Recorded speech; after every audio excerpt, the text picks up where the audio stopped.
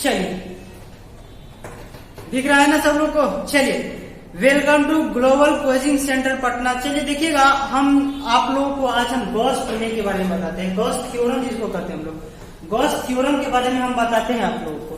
तो इसमें सबसे फर्स्ट जानने की आवश्यकता क्या है, तो सबसे फर्स्ट जानने की आवश्यकता है जो टर्म आएगा वो छोटी छोटी टर्म को बताते हैं, तब हम परिमेय के बारे में बताएंगे, ठीक है।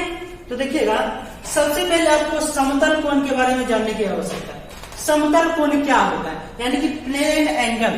प्लेन एंगल क्या होता है, तो याद रखिएगा, समतल कोण को हम बताते हैं किसी वृत्त के चाप की लंबाई और त्रिज्या के अनुपात को समतल कोण कहते हैं। क्या बोला है, किसी वृत्त के क्या चाप की लंबाई और क्या त्रिज्या के अनुपात को समतल कोण कहते हैं। तो देखिएगा, हम देख लेते हैं इसको, फिगर से भी एज्यूम कर लेते हैं कैसे होगा। तो फिगर से बोला है क्या, जो बोला है सेम हम लिखेंगे। क्या बोला है, किसी वृत्त के चाप की लंबाई, तो पहले की वृत्त ले लेते हैं। तो लीजिए कि वृत्त लिए हम लोग, क्या लिए, ये क्या है वृत्त, ये क्या है वृत्त। थोड़ा सा ये भी गौर कीजिएगा, वृत्त और गोला में अंतर होता है। गोला यानी कि क्या, गेंद या कोई फल, यानी कि गोला के अंदर क्या होता है, भरा होता है, और वृत्त के अंदर, सर्कल के अंदर नहीं भरा होता है, खाली, यानी कि रिंग, या फिर आप कहिए चूड़ी। चूड़ी जानते हैं ना आप लोग, बला जानते हैं ना, जो गोल होता है, वो आपका क्या है, वृत्त है।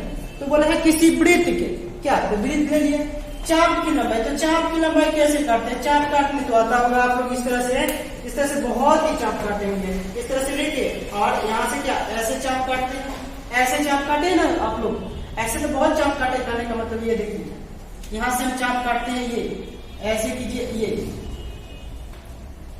ये आपका लंबाई, ये वाला लंबाई दिख रहा होगा ना, ये लंबाई। तो ये लंबाई को हम लोग एल बोल देते हैं, और ये है त्रिज्या, और केंद्रक को ओ बोल देते हैं, केंद्रक को ओ बोल देते हैं, ठीक ना। ये भी आपका आ होगा, ये आपका क्या है, वृत्त। तो क्या बोला, किसी वृत्त के चाप की लंबाई और त्रिज्या के अनुपात को समतल कोण कहते हैं। इसे थीटा से सूचित किया जाता है, यानी कि क्या, यानी कि ऐसे कह सकते हैं, पहले तो ऐसे समतल कोण बराबर क्या, यानी कि चाप की लंबाई और क्या, चाप की लंबाई बटा क्या, चाप की लंबाई बटा त्रिज्या के अनुपात, त्रिज्या अनुपात यानी कि ये, यानी कि त्रिज्या लिख दीजिए आप, त्रिज्या, या फिर ऐसे लिख सकते हैं, इसको हम लोग थीटा से सूचित करते हैं, इसको एल से और इसको आर से, बस इतना। ये क्या हो गया, समतल। ये क्या हो गया, समतल। बात आ रहा है ना सभी लोग को। क्या बोला गया, समतल कोण बराबर चाप की लंबाई बटा त्रिज्या के अनुपात। यही ने बोला क्या, ठोस कोण, सॉरी प्लेन एंगल, समतल कोण। इसे हम लोग क्या करते हैं, समतल कोण करते हैं, वृत्त। ऐसे आप लोग कर लीजिएगा, छोटी सी पॉइंट इसको नोट कर लीजिए सभी लोग छोटी सी पॉइंट है, नोट कर लीजिए, ठीक है। दिख रहा होगा ना सब लोग को। चलिए, जैसा भी लगे कमेंट कर दीजिएगा आप लोग। नेक्स्ट पॉइंट देखते हैं, नेक्स्ट पॉइंट पे बढ़ते हैं हम लोग, इसको रफ करते हैं और आगे बढ़ते हैं। सेकेंड देखिएगा, इसको हम रफ कर लेते हैं, हो गया होगा ना। चलिए,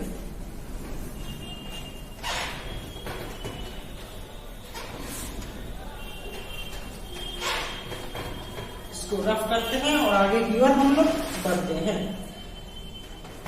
समतल कोण के बाद हम लोग देखते हैं क्या, ठोस कोण, यानी कि सॉलिड एंगल, या इसी को घन कोण कहते हैं। तो देखिएगा, सेकेंड हम लोग देखेंगे ठोस कोण। सेकेंड, ठोस कोण।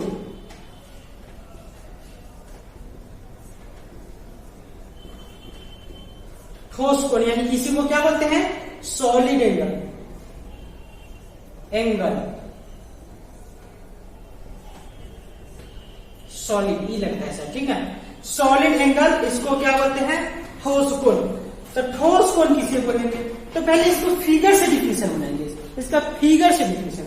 इसमें होता है क्या, किसी वृत्त के या फिर बराबर त्रिज्या के द्वारा किसी वृत्त के केंद्रक पर खींचा गया कोण और इसके क्षेत्रफल के अनुपात को क्या कहते हैं, ठोस कोण कहते हैं।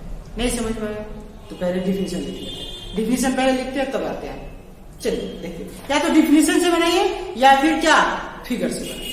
तो देखिए पहले आप दिखा देते हैं आपको, ऐसे लिखिए, किसी गोले के केंद्र पर, क्या, किसी गोले के केंद्र पर बराबर त्रिज्या के द्वारा केंद्र पर बना कोण, के द्वारा केंद्र पर बना कोण को क्या कहते हैं हम लोग? ठोस कोण कहते हैं, ठोस कोण कहते हैं। चलिए आगे, इसे क्या, ओमेगा से, क्या चीज से, ओमेगा हिंदिया में भी लिख देते हैं, कोई अंग्रेजी दिक्कत नहीं होगा, ठीक ना। ओमेगा से क्या सूचित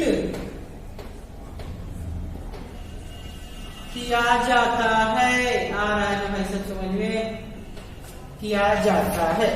तो चलिए यहाँ पे सबसे पहले बात, ये जो गोला है वो कर लेते हैं। कहा है क्या, ले लेते हैं क्या, एक गोला लेते हैं। अभी हम आपको बताए हैं गोला क्या होता है।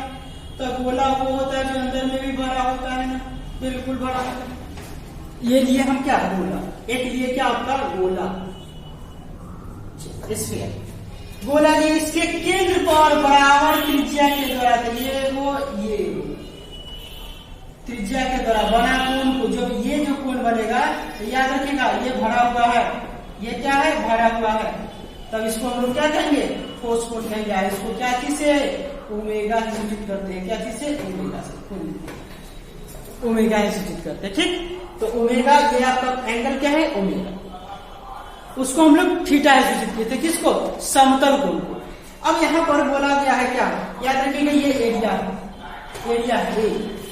तो यहाँ पर एक लाइन बोला गया है, एक लाइन याद रखने वाला बात क्या है, देखिएगा, याद रखिए आप लोग क्या, यहाँ पर ये याद रखिएगा, ये क्षेत्र अल्पांश जो होता है, जो होता है क्या, त्रिज्या के समानुपाती। कहने का मतलब क्या, क्षेत्र अल्पांश क्या, अल्पांश मतलब छोटा, और क्षेत्र मतलब क्षेत्रफल पूरा, ये पूरा क्षेत्र है। तो इसको देखिएगा, तो ये छोटा क्षेत्र है, ये क्या आपका छोटा क्षेत्र है ना, एकदम ये पूरा का छोटा क्षेत्र है ना, आपका छोटा क्षेत्र है। तो याद रखिएगा, इसको DA से सूचित करते हैं, क्या चीज से, DA से। तो D क्यों, ये तो A है, लेकिन D जो लगा दिए वो छोटा को दिखाता है, D क्यों लगाए, छोटा दिखाने के लिए, ठीक। और ये पता होगा आपका, ये R है, ये R है, पता है, बिल्कुल पता है। तो याद रखिएगा, एक पॉइंट क्या याद रखने वाला है, जो आपका क्षेत्र अल्पांश जो होता है, किसका समानुपाती होता है, तो त्रिज्या के वर्ग के समानुपाती। क्या यहाँ पर लिखिएगा, क्षेत्र अल्पांश क्या, क्षेत्र अल्पांश क्या, DA, क्षेत्र अल्पांश क्या, तो DA, क्षेत्र अल्पांश मतलब छोटा सा क्षेत्र, तो क्षेत्र अल्पांश यानी कि DA क्या होता है, तो त्रिज्या के वर्ग के समानुपाती होता है। भाई सब आ रहा होगा, यहाँ पर लिख देते हैं, क्षेत्र अल्पांश DA क्या होता है, त्रिज्या के वर्ग मतलब क्या, तो स्क्वायर, वर्ग मतलब क्या, तो स्क्वायर के समानुपाती होता है। बात आ रहा है सुंदर से, यहाँ पर आ जाएगा, यानी कि DA समानुपाती क्या, R स्क्वायर, R क्या, त्रिज्या स्क्वायर यानी कि वर्ग के समानुपाती। इतना बात आ रहा होगा, आ रहा है ना, बिल्कुल आ रहा होगा। तो आगे बढ़ते देखिएगा जरा सा और थोड़ा सा, यानी कि क्या, DA ये समानुपातिक स्थिरांक हटेगा, तो ये आपका भाई सब क्या आ जाएगा, ओमेगा आएगा, बराबर ओमेगा, और वो भी ओमेगा क्या, ओमेगा के साथ डी ओमेगा। क्यों डी ओमेगा, क्योंकि हम छोटा क्षेत्र की बात कर रहे हैं, इसीलिए छोटा बात करेंगे इसका भी, ठीक। त्रिज्या तो आपका जो होता है भाई साहब वही होगा। बात यहाँ तक आ गई। यहाँ से हमको डी ओमेगा का मान निकालना है, क्योंकि हम क्या देख रहे हैं, ठोस कोण को ओमेगा सूचित कर रहे हैं, तो डी ओमेगा का मान निकालेंगे क्या, तो डी ओमेगा बराबर क्या, डी ओमेगा बराबर d A by r square होगा क्या, यानी कि इसको हम नीचे भेज दिए हैं, किसको क्या किए हैं, तो इस यहाँ गुना में इधर आएगा, भाग में आ गया। यहाँ तक क्लियर है, तो यहाँ तक क्लियर है, तो इसको क्या कीजिए, ऐसे कीजिए, ऐसे यहाँ तक क्लियर है, सुंदर से, बहुत ही अच्छा से। चलिए तो थोड़ा और आगे कर लेते हैं। देखिए अब देखिए, चूंकि छोटा पैमाने है, अभी हम आपको बताया था ना, आप लोगों को बताया ना, जो छोटा के लिए डिफरेंशिएशन, अब बड़ा के लिए इंटीग्रेशन, इंटीग्रेट कर देते हैं, बड़ा के लिए इंटीग्रेशन। तो देखिएगा, छोटा के बाद हुआ था तो डी लगा है, छोटा के लिए क्या लगा हुआ है, डी लगा हुआ है, इसको हम लोग को बड़ा करना है तो क्या करेंगे, इंटीग्रेट कर देंगे, यानी कि समाकलन। याद रखिएगा, जो लोग ना पढ़े हैं समाकलन, उनको भी अच्छा समझ में आएगा। तो चलिए थोड़ा सा और आगे करते हैं। देखिएगा, इसको रफ कर लेते हैं, रफ करने के बाद इसको थोड़ा ऊपर आपको दिखाते हैं, अच्छा से दिख जाएगा, ठीक ना। तो थोड़ा सा इसको सभी लोग स्क्रीनशॉट ले लीजिए या वीडियो को पॉज करके नोट कर लीजिए, ठीक ना। इसको आगे हम कंटिन्यू करते हैं, ठीक, इसको आगे कंटिन्यू करते हैं थोड़ा सा। तो देखिए यहाँ पर हुआ क्या, आप देखते हैं अब क्या किए हम लोग, चूंकि मान जो निकल गया क्या, डी ओमेगा बराबर d A by r square, d A by r square, ये तो छोटा पार्ट के लिए निकला क्या, डी ओमेगा छोटा पार्ट के लिए निकला। अब हमको संपूर्ण पृष्ठ चाहिए, यानी कि ये पूरा पृष्ठ के लिए, तो पूरा पृष्ठ के लिए क्या करेंगे, संपूर्ण पृष्ठ के लिए क्या करना होगा, के लिए समाकलन करना होगा, समाकलन करना होगा। क्या करना होगा हम लोग को, समाकलन करना होगा। तो देखिएगा, समाकलन किया हम लोग, यानी कि इंटीग्रेशन जिसको हम लोग बोलते हैं, क्या डी ओमेगा, डब्ल्यू नहीं है, ओमेगा है, थोड़ा सा ऊपर कर दिए तो डी ओमेगा बराबर क्या, d A by r square, यही बात है ना, डी ओमेगा बराबर d A by r square, यहाँ पर है, यहाँ पर है। अब देखिए क्या किए, इसको रफ कर देते ना, क्योंकि आपको यहाँ से दिखे, यहाँ तक तो नोट कर लिया होगा ना, हाँ बिल्कुल। तो देखिएगा, यहाँ पर याद रखिएगा, छोटी सी पॉइंट याद रखिएगा, क्या इंटीग्रेशन में ये जो है, इंटीग्रेशन में डी इसको लेके साइड हो जाता है, इंटीग्रेशन साइन को लेके साइड हो जाता है डी, ठीक है। तो बच गया सिर्फ ओमेगा, सिर्फ बच गया ओमेगा। आगे देखिएगा, और ये एक बताओ, जाति वाला, एक जाति वाला को अंदर रखते हैं, यानी कि जो जिसके साथ डी है उसको अंदर रखते हैं, बाद बाकी को बाहर कर देते हैं। तो देखिएगा, डी के साथ ए है, तो डी ए को अंदर रखे और आर स्क्वायर को बाहर कर दिए, 1 बाई आर स्क्वायर, क्लियर है, बिल्कुल। अब देखिएगा क्या किए हैं, अब जो किए हैं क्या, ओमेगा बराबर 1 by 4 pi epsilon into same condition D लेके साइड हो गया, इंटीग्रेशन साइन को ए बचा।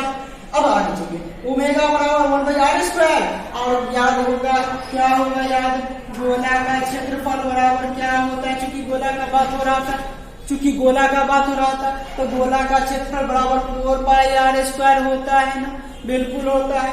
तो होता है, तो हम लोग क्या किए, मान रखिए आर स्क्वायर से आर स्क्वायर कैंसिल, और ओमेगा बराबर 4 पाई आपका आ गया। यहाँ तक क्लियर है, यहाँ तक क्लियर है सभी लोगों को, बिल्कुल क्लियर होगा। तो यहाँ पे एक नोट पॉइंट होता है, इतना नोट कर लीजिए सब लोग, और उसका नोट पॉइंट बनेगा। तो नोट पॉइंट लिखाएंगे, बहुत ही इंपोर्टेंट है, ऑब्जेक्टिव में हर एक साल पूछ रखा है, मतलब कई साल पूछ लिया, इसलिए हर एक साल बोला जा रहा है, कई साल पूछा है वो। यहाँ तक पहले नोट कर लीजिए आप लोग, यहाँ तक नोट कीजिए, उसका आगे कंटिन्यू करते हैं, ठीक है। नोट करिए वीडियो को पॉज करके, या फिर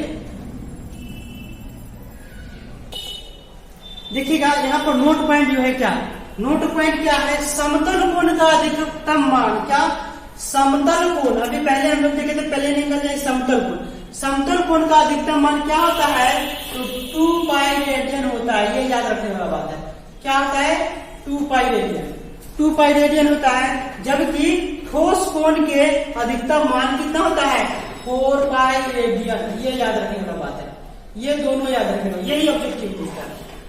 ठोस कोण के अधिकतम मान क्या होता है, 4 पाई एस्टे रेडियन, ये 2 पॉइंट याद रखिए आप लोग, ठीक ना, 2 पॉइंट आप लोग याद रखिएगा इतना। चलिए, ये 2 पॉइंट याद रखिएगा सभी लोग, और आगे हम लोग बढ़ते हैं। आगे क्या बढ़ते हैं, तो अगला पॉइंट आ जाता है क्या, विद्युत फ्लक्स, इलेक्ट्रिक फ्लक्स। अगला पॉइंट आता है क्या, इलेक्ट्रिक फ्लक्स, यानी कि विद्युत फ्लक्स।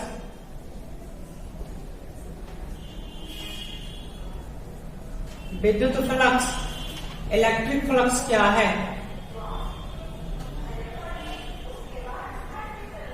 इलेक्ट्रिक फ्लक्स यानी कि क्या है? क्या है इलेक्ट्रिक फ्लक्स? क्या है यानी कि विद्युत फ्लक्स क्या है?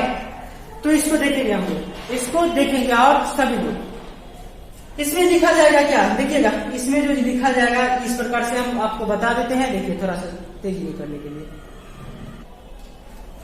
देखिएगा कह रहा है क्या, विद्युत फ्लक्स क्या है? विद्युत फ्लक्स क्या है? तो यहां पर देखिएगा सभी लोग, विद्युत क्षेत्र की तीव्रता तथा अल्पांश क्षेत्र की बीच का कोण यदि थीटा हो तो, यदि थीटा हो तो क्या, दोनों के अदिश गुणनफल को विद्युत फ्लक्स कहते हैं। इसे फाई से सूचित किया जाता है। इसे फाई से सूचित किया जाता है। तो फाई बराबर होगा क्या, देखिएगा तो यहाँ पर आपका फाई बराबर क्या होगा, दोनों के अदिश गुणनफल यानी कि वेक्टर ई गुणे वेक्टर टी क्या के अदिश, अदिश यानी कि कॉस थीटा और सदिश कहता तो साइन थीटा। अदिश कह रहे थे क्या, कॉस लेंगे हम लोग का, सदिश कहता तो साइन लेंगे। बात आ रहा है ना? अरे आ रहा है कि नहीं आ रहा है ना सभी लोग को? नहीं आएगा तो कमेंट के थ्रू आप बात कीजिएगा, कमेंट के थ्रू आप बोलिएगा, ठीक है। जहां भी डाउट हो वो कमेंट, डाउट से शंका तो मत रखिएगा, ठीक है, डाउट नहीं रखिएगा कोई लोग। चलिए तो दोनों के अदिश गुणनफल यानी कि ई डी ए कॉस थीटा, ई डी ए कॉस थीटा। 11th डंडी नहीं मारेंगे तो आ जाएगा कॉस थीटा क्या है, नहीं आएगा तो फिर भी सुन लीजिए क्या, अदिश गुणनफल जहां पे कहेगा वहां पे हम लोग कॉस लेंगे, सदिश कहता तो साइन लेंगे। बात यहाँ तक आ रहा होगा, बात यहाँ तक आ रहा होगा। जरा सा यहाँ पे नहीं, यहाँ पे नहीं, यहाँ पे नहीं, यहाँ पे नहीं, नीचे क्या, फाई बराबर, क्योंकि अदिश सदिश दोनों जगह वेक्टर सदिश को दिखाता है कॉस सदिश को, इसीलिए फाई बराबर ई डी ए कॉस थीटा। याद रखने वाला बात है क्या? अच्छा डी ए कॉस थीटा छोटा का बात कर रहे हैं ना, डी ए कॉस थीटा छोटा का बात कर रहे हैं ना, तो इधर भी हम लोग छोटा की बात करेंगे, छोटा की बात करेंगे ना, छोटा का बात करना तो हम लोग भी छोटा का बात करेंगे। यहाँ तक सुंदर बात आ रहा होगा, इतना तक आ रहा होगा। चलिए इतना तक आ रहा हो तो इतना को नोट कीजिए और इसे आगे हम कंटिन्यू कर देते हैं आप लोगों के लिए। चलिए इतना नोट कीजिए सभी लोग। चलिए अब देखते हैं, यहाँ पर देखिएगा थोड़ा सा तेजी करने के लिए इसको ऐसे करते देखिएगा। यहाँ पर अब देखिएगा यह निकला था ना डी फाई बराबर ई डी ए कॉस थीटा आया था ना। अब यहाँ पर केस जनरेट होता है, केस जनरेट होता है यानी कि क्या, केस फर्स्ट और केस सेकेंड। केस फर्स्ट में यदि थीटा का मान 0 हो, इफ यानी कि यदि, कहने का मतलब यदि थीटा बराबर क्या 0 डिग्री, तो क्या होगा, जब थीटा का जगह 0 डालेगा तो डी फाई बराबर ई डी ए कॉस थीटा की जगह क्या 0 रखे, थीटा की जगह 0, फिर क्या होगा नीचे डी फाई बराबर ई डी ए कॉस 0 का मान कितना होता है, याद रखिएगा कॉस 0 का मान 1 होता है, कॉस 0 का मान 1 होता है क्या, कॉस 0 बराबर 1, तो उसकी जगह 1 रखे तो क्या होगा डी फाई बराबर ई डी ए, ई डी ए यहाँ तक आ रहा होगा बात। अब क्या किए, क्योंकि ई डी ए छोटा पार्ट है, छोटा मान है, पूरा पे चाहिए हमको, पूरा के क्या करेंगे इंटीग्रेशन समाकलन करेंगे, तो डी फाई बराबर क्या E d A, d phi integration E d phi बराबर इंटीग्रेशन ई डी ए, ये लिखिए हम लोग। चलिए तो क्या होगा, क्या फाई बराबर यहां से ये साइड हो जाएगा, ये साइड लेकर साइड कर देगा, तो क्या होगा फाई बराबर क्या होगा ई डी ए, ई डी ए, ई को बाहर करके बिना जाती वाला था। अब अच्छा कहिए ई कल लगा है, ई इसलिए लगा है क्या, इलेक्ट्रिक फ्लक्स की बात हो रहा है, इलेक्ट्रिक फ्लक्स यानी विद्युत क्षेत्र, विद्युत फ्लक्स, क्योंकि ये हमको मैग्नेट में भी फ्लक्स करना होता है, इसलिए वहां पर एम लगाते हैं, फाई एम लगाते हैं, यहाँ पे फाई ई, ठीक, छोटा सा भी कंफ्यूजन नहीं रहना चाहिए कहीं पे भी। आगे होते हैं तो क्या होगा, आगे बिना जाते वाला को बाहर किए तो फाई बराबर ई, इसको लेके ये साइड पे ये बचेगा ई ए, यानी कि फाई बराबर ई ए। याद रखिएगा यह विद्युत फ्लक्स के अधिकतम मान है, यह विद्युत फ्लक्स के अधिकतम मान है। तो यहाँ पर पूछ लेगा क्या, विद्युत फ्लक्स का अधिकतम मान कितना डिग्री पे बनता है, तो याद रखिएगा विद्युत फ्लक्स के अधिकतम मान 0 डिग्री पे बनता है। कहाँ पे बनता है, 0 डिग्री पे बनता है, क्लियर है। अब चलिए सेकेंड में देखिए क्या कर रहा है, यदि थीटा बराबर 90 हो तो कुछ नहीं करना है, थीटा के जगह पे 90 डालना है। सेम कंडीशन है, d5 बराबर e दिए cos 90 cos 90 का मान होता है 0, तो cos 90 की जगह 0 रखिएगा तो पूरा हो जाएगा 0, यानी कि d5 बराबर 0। अब इसको क्या करेंगे, पूरा के लिए इंटीग्रेशन करेंगे तो इसको ये लेकर साइड में जाएगा, यहाँ 0 है तो 0 का इंटीग्रेशन 0 ही होगा, तो 5 बराबर 0, यानी कि यह विद्युत फ्लक्स के न्यूनतम मान है। अब आपसे पूछेगा क्या, विद्युत फ्लक्स का न्यूनतम मान कितना पे, तो आप लोग बहुत ही सुंदर तरीका से बताइएगा 90 डिग्री पे विद्युत फ्लक्स का न्यूनतम मान आता है। अच्छा, कहे कि न्यूनतम मान कितना, तो न्यूनतम मान 0, न्यूनतम मान कितना, तो न्यूनतम मान 0, अधिकतम मान कितना, तो अधिकतम मान EA, कितना EA।